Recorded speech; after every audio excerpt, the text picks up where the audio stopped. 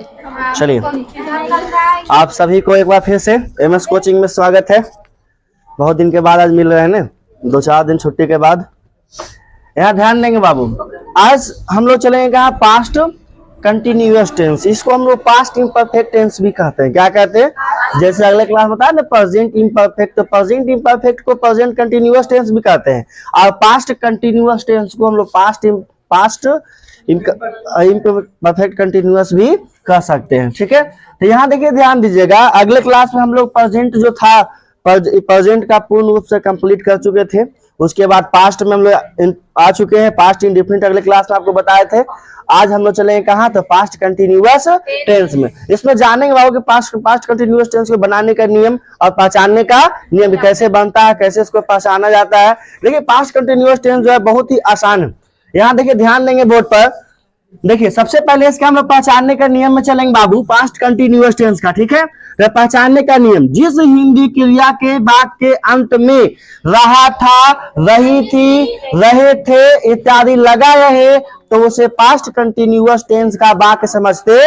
जैसे कि आपको एक एग्जांपल समझाते हैं यहाँ पर, देखिए ध्यान दीजिएगा। आज मैं जा रहा था, अब यहाँ देखिए ध्यान देंगे बाबू, देखिए था है लास्ट में, जा, तो क्या बता दो, जिसके बाद में रहा था, रही थी, रहे थे इत्यादि लगा रहा है, उस हम कौन सा टेंस का वाक्य समझते हैं?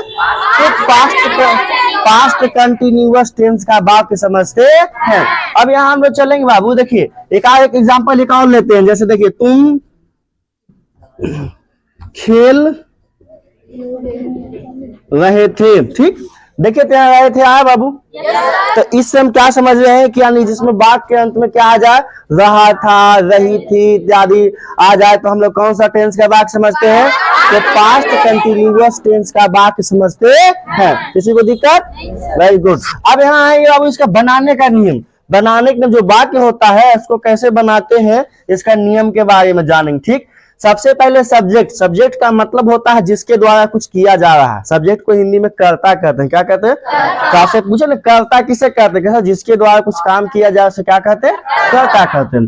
तो सबसे पहले क्या आता है? सब्जेक्ट प्लस बाज वेयर प्लस V4 का मतलब होता है वर्ब का चौथा रूप। वर्ब के चौथा रूप में क्या लगता है? तो ING लगता है। आपको बताया था ना कि वर्ब कितने होते हैं? 6 होते हैं। कितने होते हैं? इसमें हमको कौन सा लगाना है? वर्ब का चौथा रूप, मतलब कहने का मतलब ING। अब यहाँ ध्यान देंगे, अब देखिए I, he, she, it यानी नेम के साथ जो हम क्या लगाएंगे? was, you, be, they के साथ क्या लगाएंगे? there। अब देखिए एग्जाम्पल यहाँ आ रहा है बाबू, मैं खा रहा था, तो मैं को हिंदी में क्या कहते हैं? इंग्लिश में क्या कहते हैं? I। तो I के साथ बताओ बाज लगा कि बेयर, तो क्या लगा है? वाज। I was क्या हो जाए बाबू? I was। समझ में आया सभी को? चलिए दूसरा आते हैं, हम लोग दौड़ रहे थे। हम लोग दौड़ रहे थे, तो इसका बी वेयर रनिंग, क्योंकि देखिए बी कहाँ है? यहाँ। बी के साथ क्या लगा हुआ बाबू? वेयर। तो हम लोग क्या लगाएंगे? वेयर। वी वेयर क्या आ जाएगा? रनिंग। अब इसके बाद वर्षा हो रही थी। वर्षा लड़की का नाम नहीं है, ध्यान दीजिएगा। वर्षा माने पानी, मजे जो बारिश होता है ना, वो बारिश हो रही थी, तो इट वाज क्या आ जाएगा? रेनिंग। क्या आ जाएगा? सुनना सभी को। चलिए अब हम लोग चलेंगे कहाँ? निगेटिव सेंटेंस में। कहाँ चलेंगे? चलिए इसका हम ध्यान देंगे निगेटिव सेंटेंस पर। निगेटिव सेंटेंस के मतलब बताया था ना, निगेटिव सेंटेंस का मतलब क्या होता है? नकारात्मक बात। नकारात्मक बात का मतलब जिसमें क्या लगाया है? नहीं लगाया है। क्या लगाया है? तो देखिए ध्यान दीजिए, निगेटिव सेंटेंस का इसका बनाने का नियम, सबसे सब्जेक्ट प्लस बाज वेयर प्लस नोट। देखिए इसमें सिर्फ एक ही चीज को बदलना होता है बाबू, नोट। क्या होता है? नोट जो है सिर्फ इसमें लगता है, बाकी जैसे है अफर्मेटिव सेंटेंस का वाक्य वैसे ही आता है।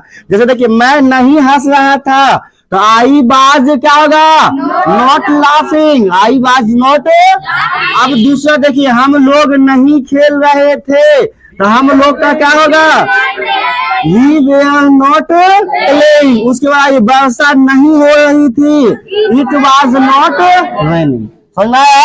अब आते हैं इंट्रोगेटिव। इंट्रोगेटिव का मतलब होता है प्रश्नवाचक वाक्य। जैसे कि क्या वर्षा हो रही थी, क्या मैं जा रहा था, क्या तुम पढ़ रहे थे, ये किस बात का हुआ?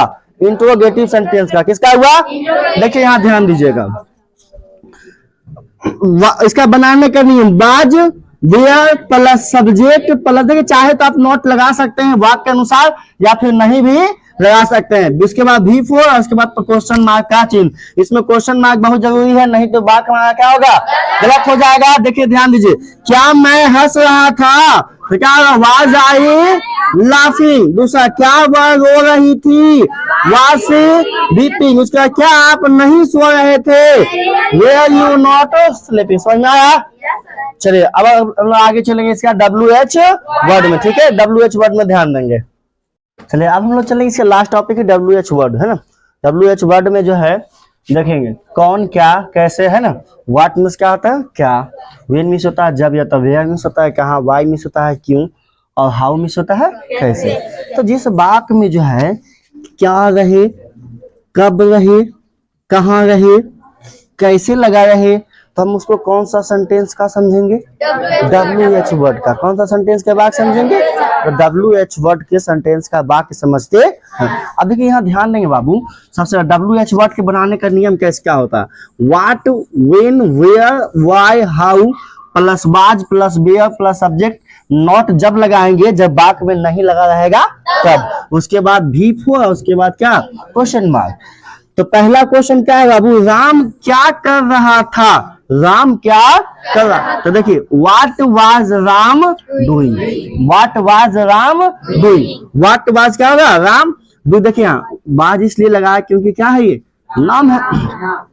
अब क्या, वह वहां कब रह रहा था, तो when was he living there. There means होता है वहां। तुम कहां जा रहे थे, वेयर यू गोइंग। इसमें क्वेश्चन मार्क जरूर लगाइएगा। उसके वह कैसे रह रहा था, हाउ वाज ही लिविंग। समझ में आया सभी को WH। आशा करते हैं कि सबको समझ में आ रहा होगा। अगर समझ में आ रहा है तो अपने दोस्तों के साथ लाइक कीजिए, शेयर कीजिए, कमेंट कीजिए और मिलते हैं अगले वीडियो में। धन्यवाद।